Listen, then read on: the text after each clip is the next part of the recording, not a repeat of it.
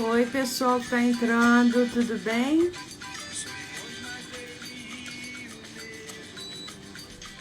Oi, Bira, Beth, que bom que vocês estão aqui.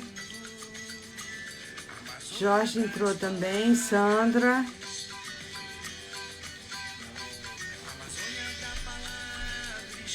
Rita,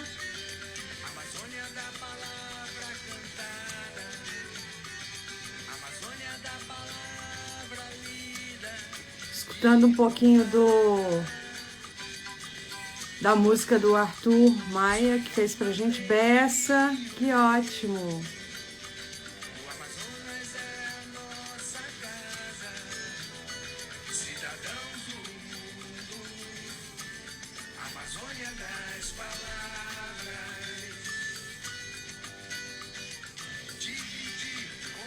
A gente tenta ficar feliz, Beth.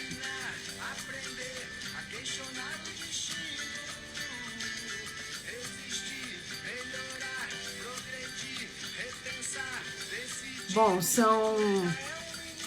aqui no meu relógio são 8h02.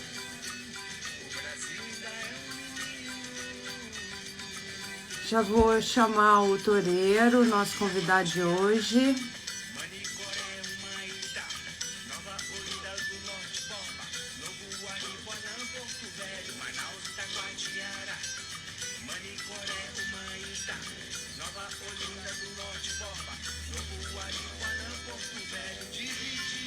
Pedir aqui apoio da produção, que eu não estou conseguindo entrar.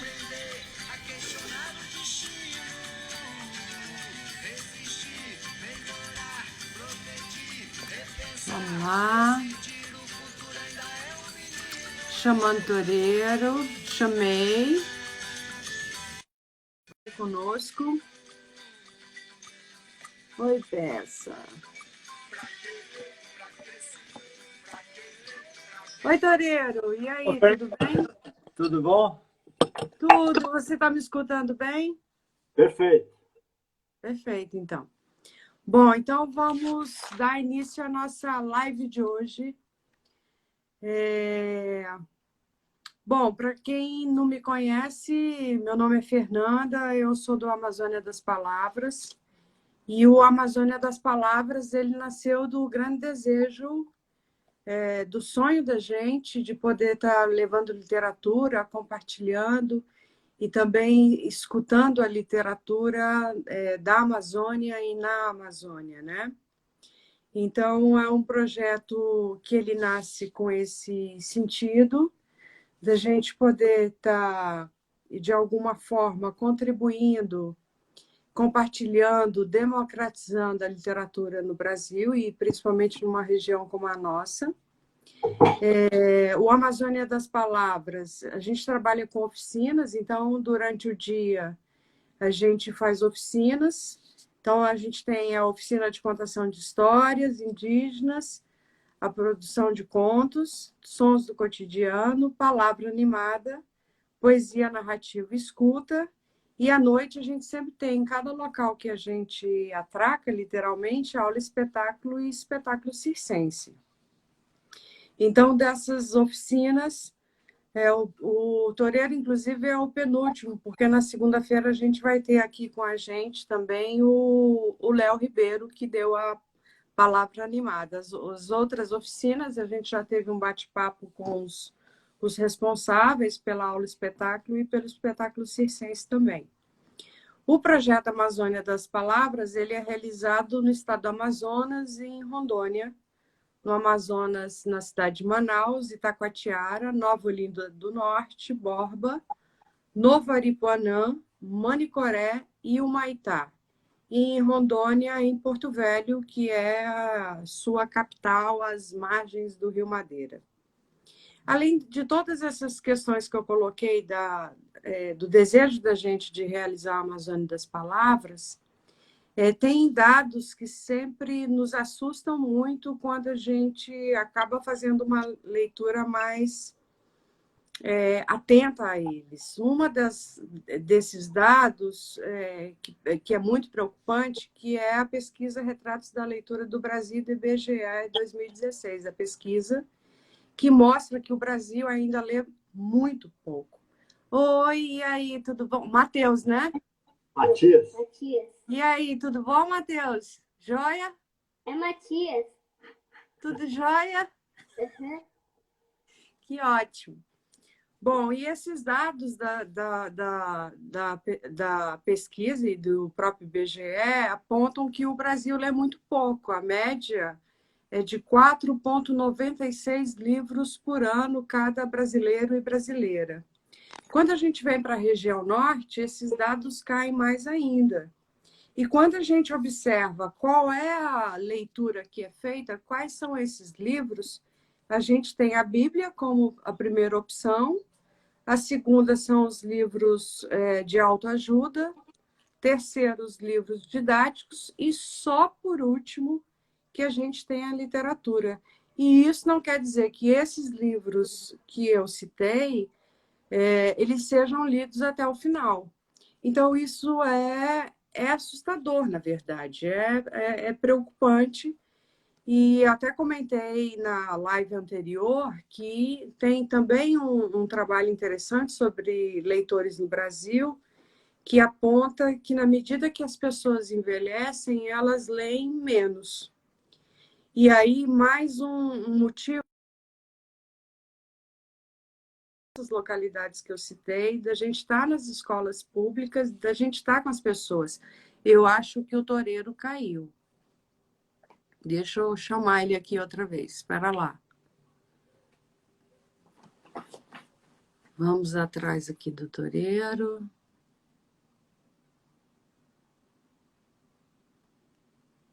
Toureiro? Eu acho que o toureiro caiu. Caiu, né, Jorge? Estou tentando chamá-lo aqui novamente. Eu tô com medo até da gente cair aqui hoje também, porque está previsto aí uma grande ventania, uma grande tempestade, né? Deixa eu ver aqui, pera lá, onde é que está o toureiro? Toureiro, toureiro. Cadê você? A cobra grande.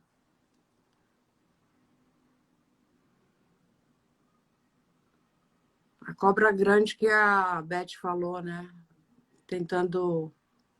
Vou chamar aqui o toureiro outra vez, tá, gente?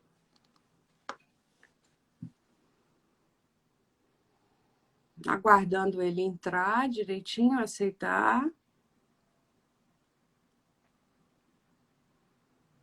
Tá conectando.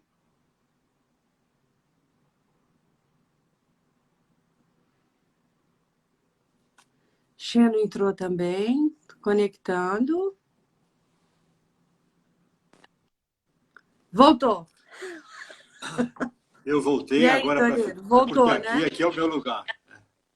Né? A gente achou que fosse a cobra grande lá da Amazônia que tivesse te raptado. Você está me escutando direitinho? Oi? O seu sinal tá super lento aqui pra gente.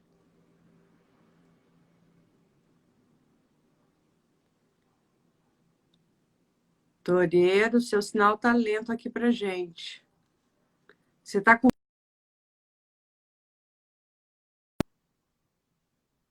Caiu outra vez, vou chamar novamente. Vamos lá.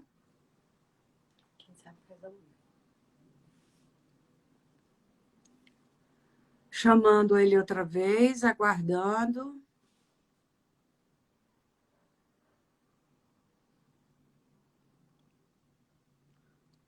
Guardando.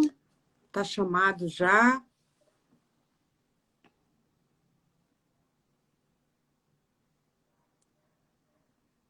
Aguardando ele entrar.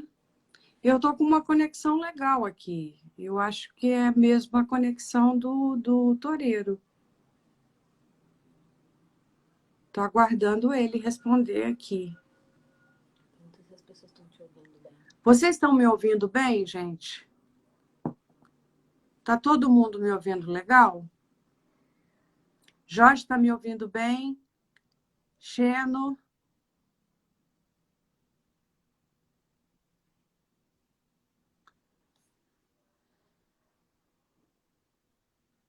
Bira está me ouvindo bem? Alto e claro, Bira me disse aqui. Beth também disse que está confirmando aqui que está ouvindo bem. Chamar novamente aqui o Toreiro.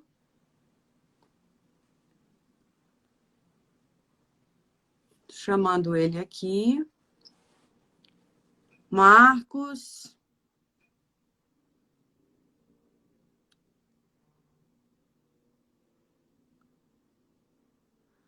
Bessa disse que a gente está escutando muito bem. Eu estou aguardando a conexão com o Toreiro aqui.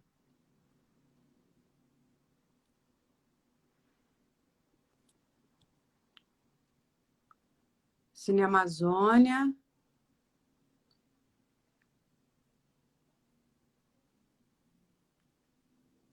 Toreiro, Toreiro.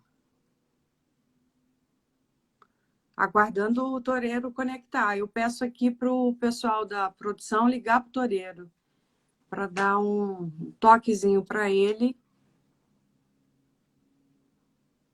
O Xeno está dizendo aqui que o Toreiro vai entrar em série, né? Só se a gente fizer uma série de lives, né? Chamar ele outra vez. Vou chamar a... Deixa eu ver aqui, para lá.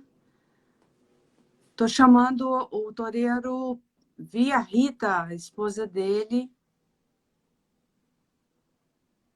Aguardando a Rita me confirmar. Voltou. Estava congelada, era, Toreiro? Pois é, não, eu fiz uma bobagem aqui, né? Tirei do fio. Você sabe que eu já até uma vez eu escrevi um sonho que eu tive de congelar todos os homens, entendeu? Uma sociedade patriarcal, às vezes eu fico com vontade de congelar todo mundo. Mas voltando aqui à nossa pesquisa sobre literatura e leitura no Brasil, então a gente lê pouco, né? Queria dizer para vocês que a gente está fazendo as lives, a gente fez a opção de fazer as lives em virtude da tragédia que a gente vive, que é o Covid, que essa curva não abaixa, e isso é muito angustiante. E como as nossas atividades envolvem um monte de gente, é impossível a gente estar presente hoje nas localidades. Então, próximo ano, a gente está torcendo para que a gente tenha vacina, para que a gente seja vacinado e para que a gente consiga retornar às escolas para estar junto aos professores e alunos. E hoje também eu cheguei à conclusão que a gente não conseguiria navegar, porque a Amazônia está pegando fogo, né? As fotografias de algumas localidades que a gente navega na Amazônia são assustadoras, não tem qualquer visibilidade por causa da fumaça das queimadas e do descaso no combate ao desmatamento também. Bom, gente, vamos lá à nossa live. Nossa conversa hoje é com o escritor José Roberto Toreiro, responsável pela oficina de produção de contos. O Toreiro é paulista de Santos, formado em letras e jornalismo pela USP e cinema também, né? Autor de diversos livros, dentre eles Oxalá, eleito em 1995, o livro do ano e vencedor do Prêmio Jabuti na categoria Romance. É também roteirista, autor do roteiro do filme Pequeno Dicionário Amoroso, eu vi várias vezes, dos episódios de Retrato Falado, exibidos no Fantástico Globo de 2000 a 2008, da série FDP, da HBO. Na carreira tem ainda vários curtas e longas metragens, peças de teatro. Dirigiu ainda o programa Super Libres para o Sesc TV sobre literatura. Inclusive, a gente vai deixar, Toreiro, nas nossas redes o link tá? O link desse teu programa também para as pessoas assistirem. Eu acho que tem disponível, né? Bem, abre aspas. Diário. A esquerdalha é que nem traça. Adora livro. Agora, só porque o Guedes quer aumentar o imposto dizendo que ler é coisa da elite, o pessoal começou a reclamar. Pô, mas tem coisa mais inútil do que livro? Se tem um treco que é importante, vai estar na internet, caramba. Quem precisa desse negócio? Olha, o Guedes, por exemplo, deve ser o cara mais inteligente do governo, tanto que usa óculos. Mas deu para ver pela live dele que a estante do cara é mais vazia que despensa de pobre. Não tem nada. O bolso e o livro. José Roberto Toreiro. Bom, Toreiro, como a lá autorretrato, sinta-se à vontade, seja muito bem-vindo. Oi, Fernanda, tudo bom? Prazer ver você de novo, pena que longe assim, né? E também vi que o Bira e o Bessa estão aqui, da A viagem.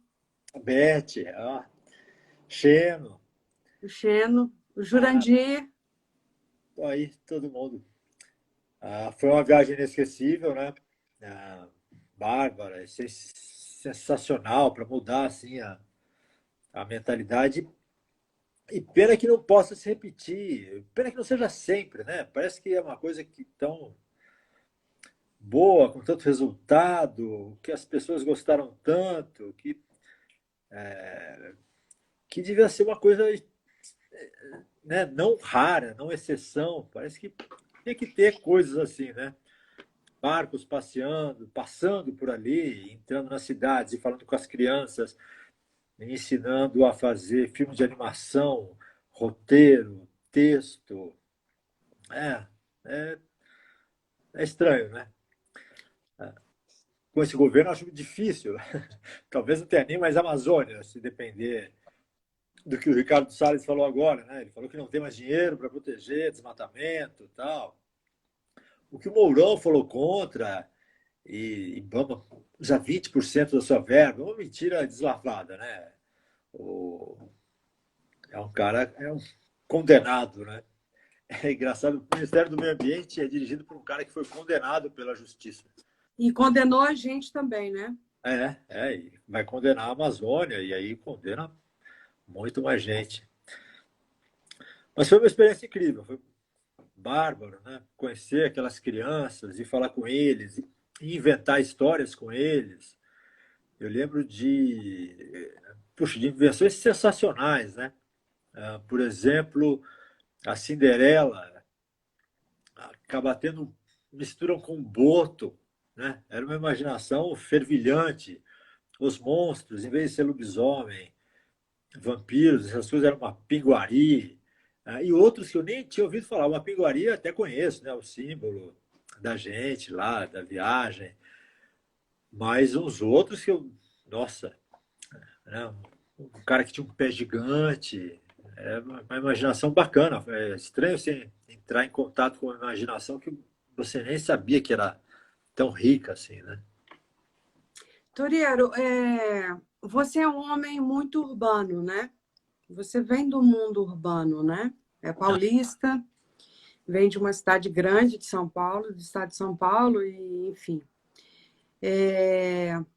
Você tinha tido alguma experiência na Amazônia com literatura e com jovens ou não? Porque tem algo muito que me marcou muito.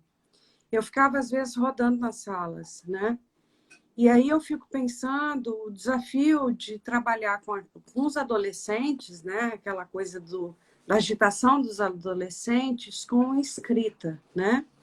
E de trabalhar com os adolescentes para um homem que talvez não tenha vivenciado uma experiência como essa com jovens na Amazônia. E aí, voltando um pouco, assim, era muito interessante entrar na sala e ver você literalmente ao lado dos alunos. Assim, tem umas fotografias que a gente tem até divulgado nas nossas redes, e você estava num momento tão... eu acho que você nem percebia que a gente entrava na sala, porque você estava tão concentrado naquilo, tão... É bonito ver isso, entendeu? É muito bonito ver isso, muito bonito. Você, como homem de São Paulo, da cidade grande, né? Como é que é essa experiência na Amazônia com literatura? Bom, eu não tinha ido para a Amazônia, né, nem por turismo, não tinha tido, então, contato com jovens. Eu, confissão, assim, agora, né? Mas eu nem gostava muito, né? Falar, é mato, né? Não tinha, assim, índio. Eu falo, não, índio é gente, é tudo igual. Eu era bem cético, assim, né? Bem urbano e tal. Não entendia porque as pessoas gostavam da Amazônia. Sabe? Eu tenho um amigo, Jorge Bodansky, amigo meu, Uhum, uhum. ama a Amazônia, se fala. Fala, pô, Jorge, mas, sabe, você vai sempre na Alemanha. O que tem essa, né? Aí eu fui lá e entendi. Falei, cara, é isso aqui, é o outro. Não, é mágico, você se apaixona mesmo. Eu lembro que o Bessa um dia falou, né, eu falei isso pro Bessa, ele falou, é verdade, o cara que vem aqui se apaixona. Então, o bacana para a gente é trazer, por exemplo, o militar, o político para cá, que ele entende, né? Ele passa, ele vê que é diferente, ele é tocado pela coisa. Acho que ele citou o Jarbas Passarinho, de exemplo. Passarinho na Amazônia, dá até um trocadilho, mas vamos evitar essa piada fácil. Mas aconteceu comigo mesmo. Eu não tinha um amor assim, né? Aí lá você entende a mágica da coisa. Você entende porque todo mundo gosta. Você vê aquelas crianças Mura, né? Que viajaram um trechinho Uhum. com a gente. Uma beleza inacreditável, uma energia, praticidade, alegria, né? Um senso de coletividade, né? É, e aquela beleza, né? Que a gente pensa que é uma massa verde, né? E aí você vê que não, tal. Foi bárbaro. O trabalho com literatura, ah, ele aproxima muito, né? Em vez de dificultar, ele aproxima porque o ser humano, seja urbano ou de uma cidade como Manicoré, tal, ele Uhum. ama história, né? A gente se alimenta de história. A gente precisa de histórias para viver, seja no jornal, seja livro, né? A gente tem que se alimentar de histórias de algum jeito, seja ficção ou realidade. Então, isso ajudava muito, porque a gente inventava histórias juntos ali, né? Acho por isso que eu não percebia quando entravam. Porque a É. concentração é grande, você está inventando uma história, você mal está lá, né? E funcionava muito. E aí aproxima fácil. Quando você está inventando uma história com uma pessoa, ou contando uma história, ou pedindo. Eu lembro que tinha um exercício que era inventar uma biografia, mas ela podia ser falsa, logo no começo. Eu pegava um texto engraçado do Graciliano Ramos, o que é raro, né? Onde ele faz uma. Ele diz como é que ele é tal. E aí fazia isso com o pessoal. E às vezes eles inventavam, às vezes eles contavam verdades, às vezes verdades terríveis, né? E aí já conectava muito, né? Ou porque falou de si, ou porque inventou uma história para me enganar, né? Assim, de brincadeira, não quisesse enganar, tal. Então já conectava muito. Então não foi tão complexo, né? Claro que criança que trabalhou com mais texto funcionava melhor, né? Uhum. Mas mesmo assim, a conexão não era difícil, porque a gente tem em comum essa sede por história, por narrativas, por ficção, por invenção, né? Isso é verdade. Você lembra de algum texto produzido que te marcou muito desses alunos, desses jovens que você trabalhou com eles? Uhum. Teve uma hora que a gente começou a inventar variantes de contos de fadas com as crianças, né? E aí, quando eles misturaram a Bela Adormecida com, com o Boto. Falei, pô, que brilhante, né? Porque o Boto, ele é um conquistador mesmo. E aí ele sair como homem do mar, ele beija a Bela Adormecida, e aí eles casam e tal. E eles foram fazendo coisas mais doidas ainda, né? Ela disse que não queria ficar com o Boto.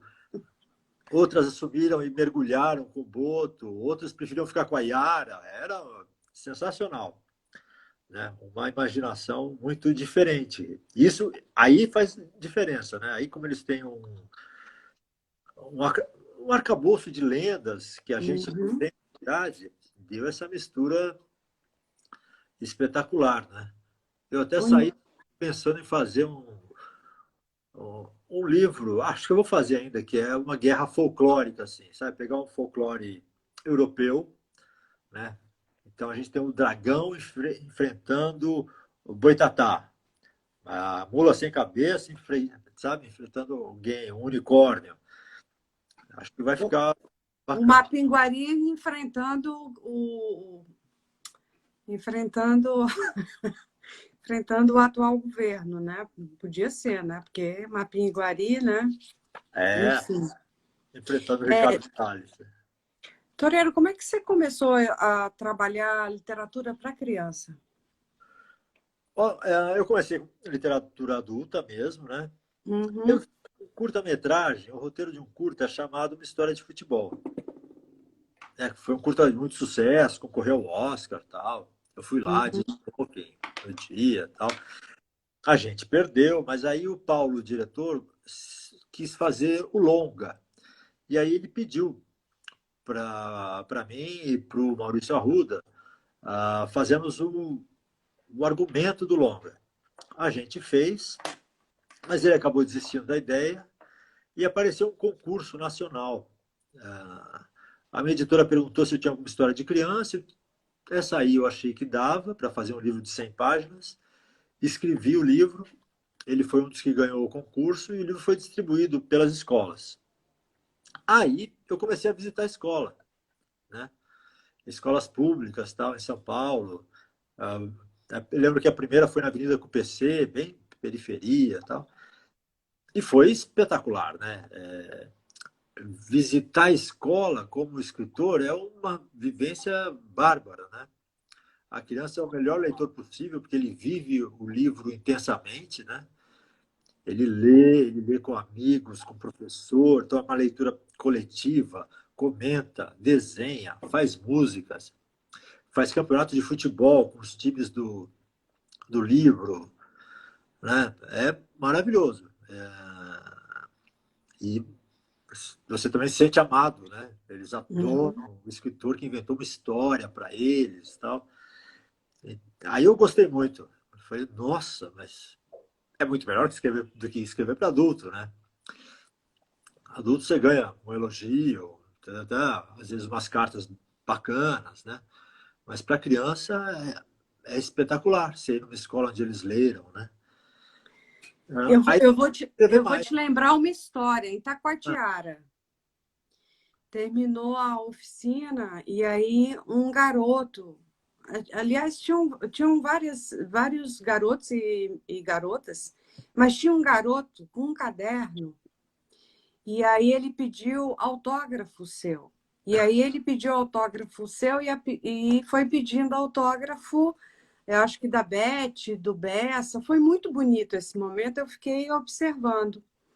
E aí ele disse para mim, agora eu vou tirar a folha do autógrafo, dos autógrafos dos escritores, vou colocar num quadro, vou colocar ao lado da minha cama e vou me inspirar para que eu possa escrever também. Então, eu acho isso muito bacana. Isso faz o coração da gente bater um pouco mais forte, né?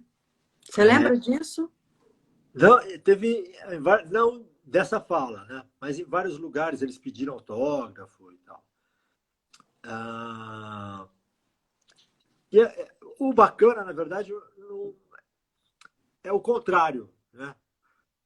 Porque o autógrafo é meio como um cara especial, mas por outro lado, ele vê que o cara especial vai lá, né? Mas o mais bacana é que ele vê que o especial não é especial. É um cara que nem ele, que nem o tio dele, que nem o pai, o avô, né? E que vai lá e fala. E isso desacraliza um pouco a literatura, o que eu acho ótimo. A literatura tem que ser pão com manteiga, né? Não estrogonofe. Tem que ser uma coisa que você vive ali todo dia, tem que fazer parte da vida. Não como uma coisa especial, única, rara. Tem que ser comum, né? Tem que ser vulgar no bom sentido, né? No sentido de espalhado e tal. Isso eu achei bom. Quando eu estava na escola, tinha a idade das crianças, nunca que eu vi um escritor. Eu só fui ver na Faculdade de Letras, na USP, uma vez só, o Plínio Marcos foi lá. E não era uma coisa da escola, ele foi porque ia vender livros, ele fazia uma palestra espetacular, né? E também é de Santos, aí eu fui lá ver. Mas foi o único escritor que eu vi assim vivo no tempo de estudo, né? E me lembro até hoje e tal. E eu acho isso muito bom, né? Mostrar ali com a criança que o cara que escreve, a primeira vez que ele faz o texto é péssimo também, nunca dá certo, e tem que reescrever várias vezes, Lê muito, ler bastante e lê muito. reescrever até acertar, né? Toreiro, as águas do rio Aripuanã banharam sonhos e desejos de alguns conhecidos nossos, como Mário de Andrade, né? Uhum. Como o Marechal Rondon, que foi lá passou por lá com Roosevelt, e também banhou, eu creio, bom, estou imaginando que também deve ter banhado o espírito impetuoso de figuras como Raposo Tavares. Uhum. Eu queria que você falasse um pouco desse trabalho sobre Raposo Tavares, porque a gente conhece, eu sempre costumo dizer que a gente conhece muito mais dos grandes navegadores que eu adoro, que eu amo, fora do Brasil, que navegaram fora do Brasil, mas a gente conhece pouco dos nossos navegadores. Não só os navegadores e os exploradores, né? No caso do Raposo Tavares, como ele, que foi um colonizador, literalmente, né? Mas a gente conhece pouco dos práticos, a gente conhece pouco da história dos comandantes, a gente conhece pouco da história de quem navega. Raposo Tavares, como é que Raposo Tavares entra na tua vida? Eu acho que o toureiro congelou. Outra vez, congelado. É a literatura em mente de congelar. Mas hoje não é dia de... Tá me escutando? Não, ele caiu. Vou chamar ele aqui, tá? Outra vez. Não é dia de congelamento, o papo tá maravilhoso, tá ótimo, tá ótimo, tá ótimo. Deixa eu chamar ele aqui, deixa eu achar ele aqui. Ele não apareceu aqui ainda. Toureiro, toureiro. Tenho... Vou chamar aqui via a Rita também.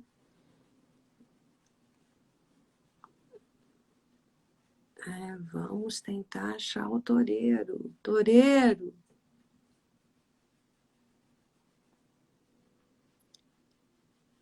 Pedir aqui apoio da produção, da nossa produção aqui.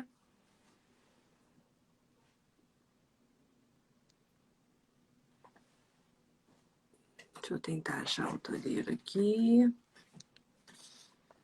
Acho que o toureiro não tá. Eu vou tentar chamar pela Rita, mas eu não estou conseguindo também. Deixa eu ver aqui, pera lá. Vamos lá. Oi, Margarete. Toureiro sumiu, tá sumido. Pera lá. Vou tentar chamar via a Rita.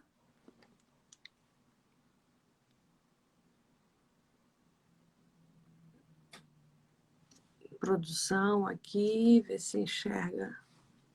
direitinho. Toureiro não tá. A Rita. Maria Rita.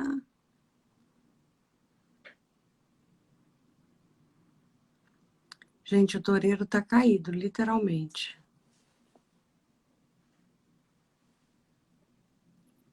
Toureiro, toureiro. Eu acho que o toureiro literalmente perdeu a conexão aí. Esperar o toureiro entrar. Peço pro pessoal aí da produção fazer contato com ele pelo telefone, ver se ele está com algum tipo de problema. Já vou dizendo para vocês, eu vi que a Fábia aqui se manifestou, dizer para todo mundo que está se manifestando que a gente vai estar anotando as perguntas e observando as observações que vocês fizeram e a gente vai estar respondendo para vocês também, tá? Não estão esquecidos, de forma alguma. Toureiro? O toureiro está tentando se conectar, gente. Tentando se conectar novamente. A gente sempre acha que na Amazônia a gente é que não tem banda suficiente de internet. E tem alguns lugares que de fato a gente não tem, tá? Mas eu estou vendo que o toureiro está com uma certa dificuldade também. E eu estava com medo hoje da conexão com a internet, porque está ameaçando muita chuva. Está entrando aqui, estou chamando, está conectando. Estou aguardando, já está aqui. Caiu outra vez, congelou, Mas estava na energia, né? Agora eu botei na parede, não no computador. Vamos ver. Raposo Tavares, a gente está falando dele. Então, o Raposo Tavares, eu estou fazendo um livro sobre ele desde 2011, né? Que eu comecei, quer dizer, já é o meu recorde de demora. Claro que no meio do caminho eu fiz outros, não é que eu fiquei o ano inteiro com ele. Mas ele fez uma aventura espetacular, né? Inacreditável. Das maiores aventuras já de um ser humano em périplo pelo mundo e tal. Ele saiu de São Paulo, foi até Mato Grosso, guerreou lá com índios jesuítas, né? Destruiu missões e tal. Foi até a Bolívia, andou pelos Andes procurando prata, né? Porque já existia Potosí. Então ele procurou, e aí ele acabou subindo o sistema Madeira-Mamoré e acabou no Amazonas. Uma viagem, ele saiu com 2.000 pessoas e voltaram 100 e poucas vivas. E é meio que a descoberta do Brasil, né? Das costas do Brasil, não da costa. A costa foi o Cabral, vai lá, mas é a descoberta das costas do Brasil profundo, do outro lado, né? De certa forma, ele que empurrou a fronteira ali, né? Ele estava atrás de prata, depois de ouro, né? Da grande Lagoa Dourada, que existia essa lenda, né? Que existia uma lagoa de ouro e tal, em que muitos acreditavam, né? E que provavelmente tinha a ver com os incas, onde tinha mesmo ouro e tal. Mas, enfim, foi uma aventura espetacular, um périplo que durou 3 anos, né? Ele ficou 3 anos nessa caminhada, andou 10.000 quilômetros a pé e por rios, matou e morreram, né? Isso 1600 e... Isso 1648 a 1651, né? Foi a primeira grande entrada do Brasil para dentro do Brasil, né? O Pedro Teixeira foi antes, não foi, não? Foi, no Rio Amazonas foi. Mas ele não fez a parte de baixo e o Madeira Mamoré. Ele fez o Amazonas. É incrível, né? E aí, engraçado que você fala do ouro, né? E eu estava vendo a gente vai lançar, gente, já surpresa, que não é mais surpresa, a gente vai lançar o documentário do Amazônia das Palavras, e tem um dos trechos que é muito impressionante, que aparece os garimpos do Rio Madeira, né? Aham. Que sempre existiram, na verdade, assim, eu digo sempre existiram, as pessoas estão lá até hoje atrás de ouro, né?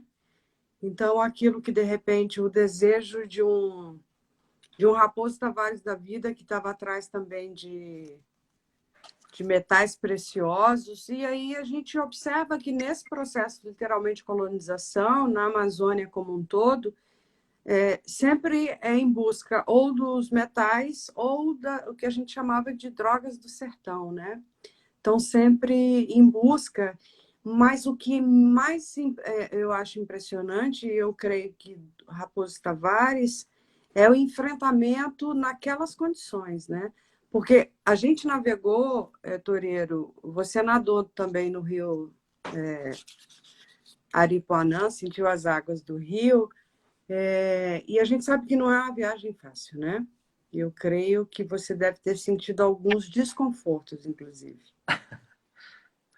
Não. Não é uma viagem fácil. Né? Mas, enfim. Eu pensei que ia ser bem mais cruel. Né? É. A gente pode absorvê-lo outras vezes, quem sabe, na vida por outros rios, né? Tomara, vamos torcer. Toreiro, eu li na abertura aqui um trecho do seu trabalho diário, do Diário do Bolso. Aham. Queria te fazer uma pergunta, assim, a gente sempre tenta ler todos os dias e eu sempre me pergunto, diante do que a gente vive no Brasil, você, em algum momento, por escrevê-los, você tem sentido algum tipo de represália? Não, tem xingamentos, né?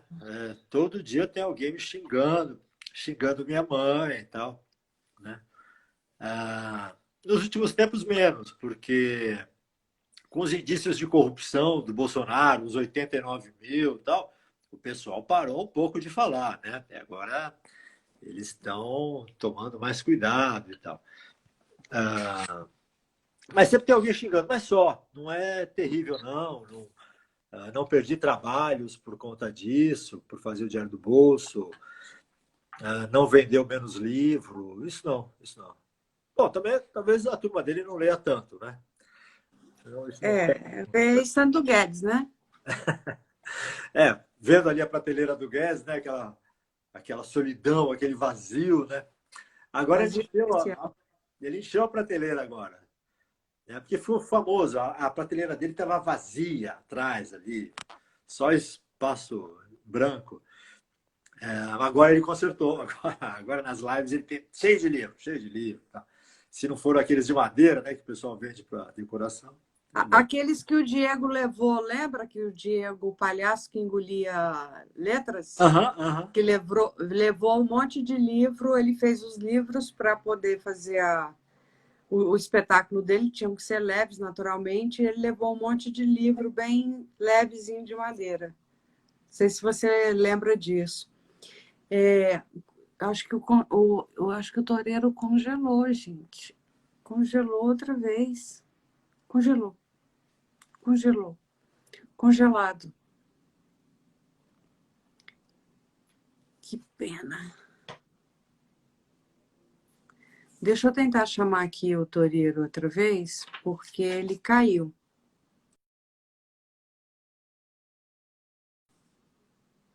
Ele caiu. Vou tentar chamar aqui o Toreiro outra vez, porque ele congelou e caiu. Outra vez. Deixa eu aqui chamar. Pera lá.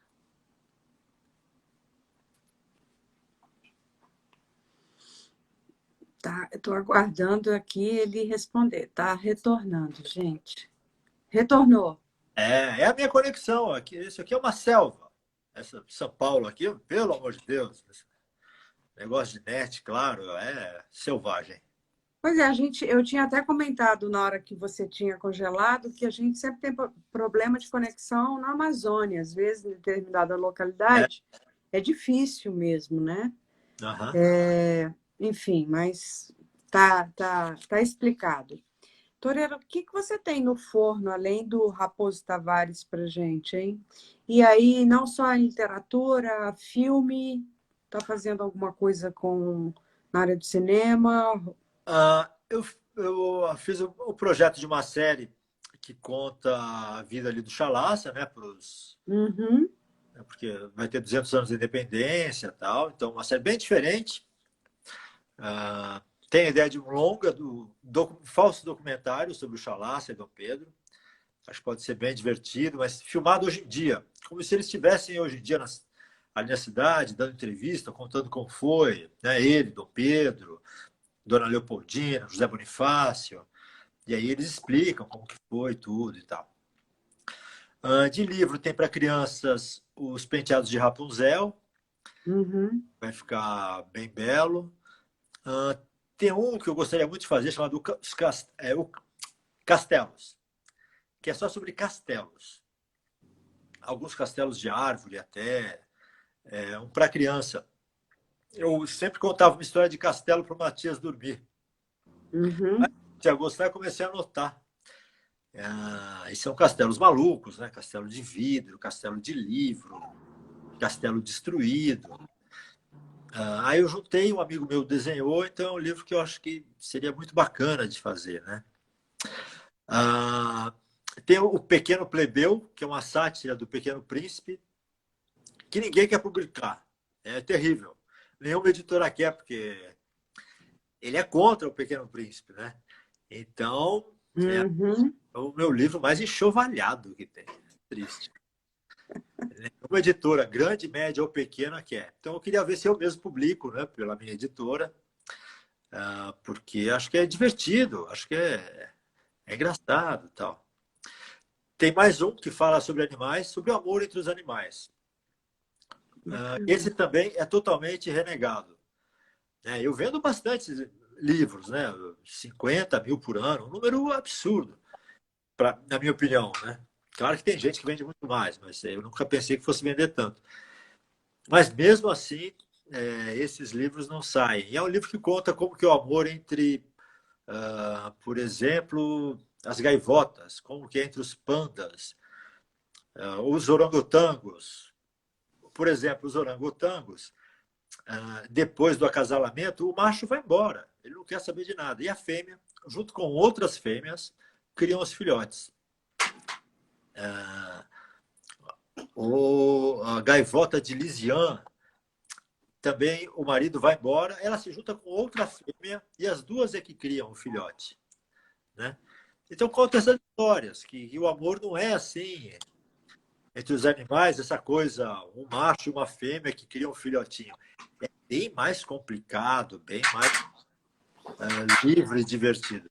Aí Você esse. está falando de animais aqui, e esse barulho que vocês estão escutando é minha gata mexendo nos livros, tá, gente? Desculpa aí. Aí. Mas já saiu. E vai ter entre esses animais, vai ter as aranhas também, as cobras da Amazônia. Vai beber alguma coisa da Amazônia ou não? Acho que não. Acho que da Amazônia eu não lembro de ter nenhuma história. Tem alguns pássaros interessantes. Tem um pássaro cantor, mas ele é da Amazônia sul-americana, ali Equador Uhum. e tal, né? Que é um pássaro que ele vive com outro macho também, né? É, eles passam a vida juntos e tal. Então tem isso, mas é um livro que hoje em dia, então, né? Com o moralismo doido que tem por aí, é um livro muito difícil. É um livro muito belo, ele foi muito bem ilustrado, sabe?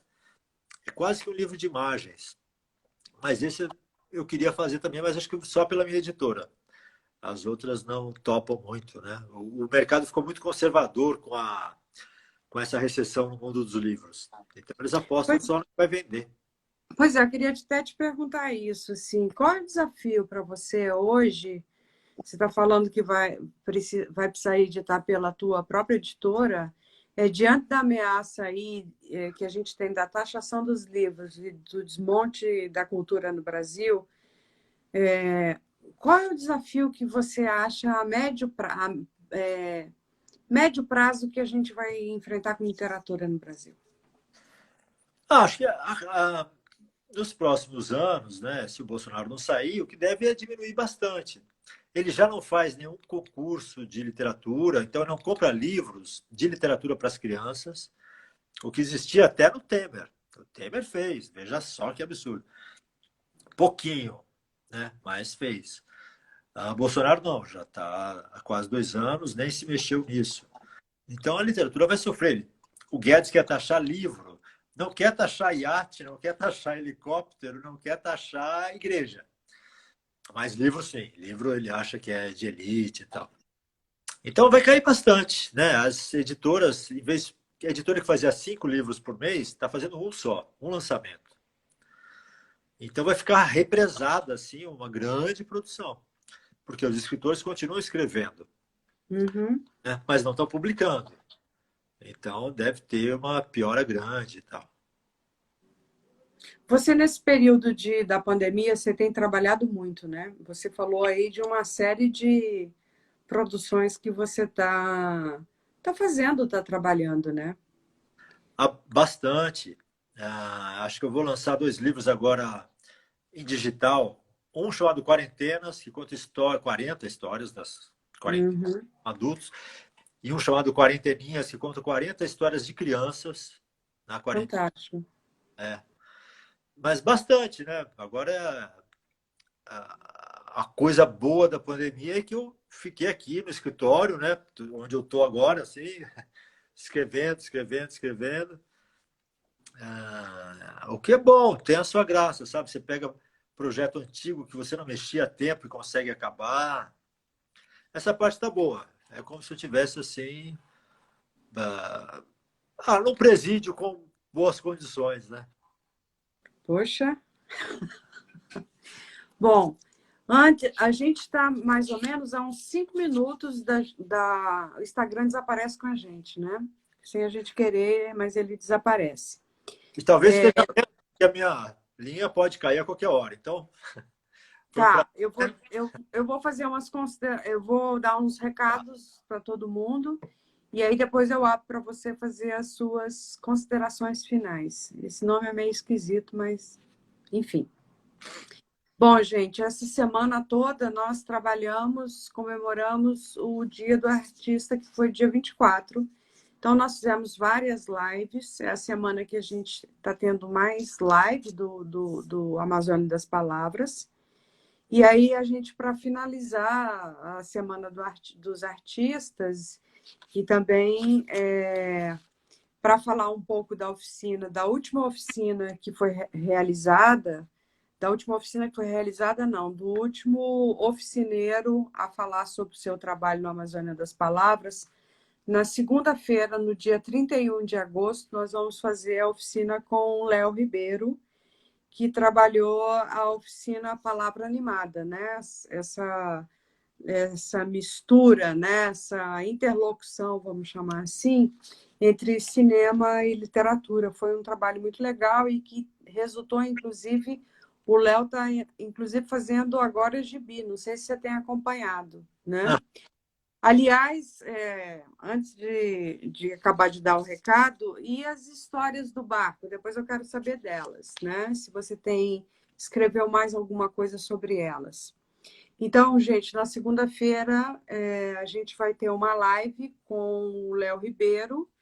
Eu tenho que dar uma olhada direitinho no horário da live, porque é uma live que vai ser um pouquinho mais cedo, né? Porque o Léo, como não está aqui conosco no Brasil, então a gente vai ter que adaptar. De qualquer forma, eu agradeço todo mundo que veio aqui hoje. Vai ficar gravado, vai ser compartilhado em todas as nossas redes, no Facebook, no YouTube, enfim, da live de hoje. E aí, como a gente está a 5 minutinhos de literalmente cair, todo mundo agora, Toreiro, eu queria que você falasse um pouco se você deu alguma continuidade naquelas histórias que você escreveu sobre a própria equipe e fazer considerações finais mesmo. Eu organizei um pouco o texto, mas eu fiz essa história em quadrinhos que o Léo está fazendo. Eu ajudei na primeira, fiz uma história e tal. E está ficando lindo, né? Não sei se vocês viram, mas é um desenho Sim, camérrimo. Então eu ajudei nisso, só um pouquinho, né? Coloquei aquilo no Instagram, foram pequenas histórias, né? Pequenos perfis do pessoal, bem divertido de fazer e tal. Bom, mais considerações finais. Foi um prazer falar, espero que volte a ter de novo a Amazônia das Palavras ao vivo, né? Em sim. Rio, né? Não na rede, mas em Rio, que é uma coisa que acho que melhora a vida de muita gente, né? Traz novidade, traz alegria. Tomara que volte logo assim. E melhora também muito a vida da gente também, Toreiro. É uma experiência para a gente também, que navega na Amazônia, não só ali pelo Rio Madeira, pelo Rio Negro, tá, de alguma forma, tem costume de navegar pelo próprio Guaporé, é um momento muito especial. Eu espero muito que a gente possa voltar. É um desafio fazer a Amazônia das Palavras, não é um projeto barato, é um projeto caro. A gente tem uma coisa chamada custos amazônicos, que são muito pesados, muito pesados. É a gente navegar durante 21 dias, né? 1.300 quilômetros de água, nem sempre é fácil, mas tem tentado ter ânimo para ver se consegue, inclusive, patrocinadores que possam estar apoiando a gente para a gente voltar a navegar e voltar com as oficinas.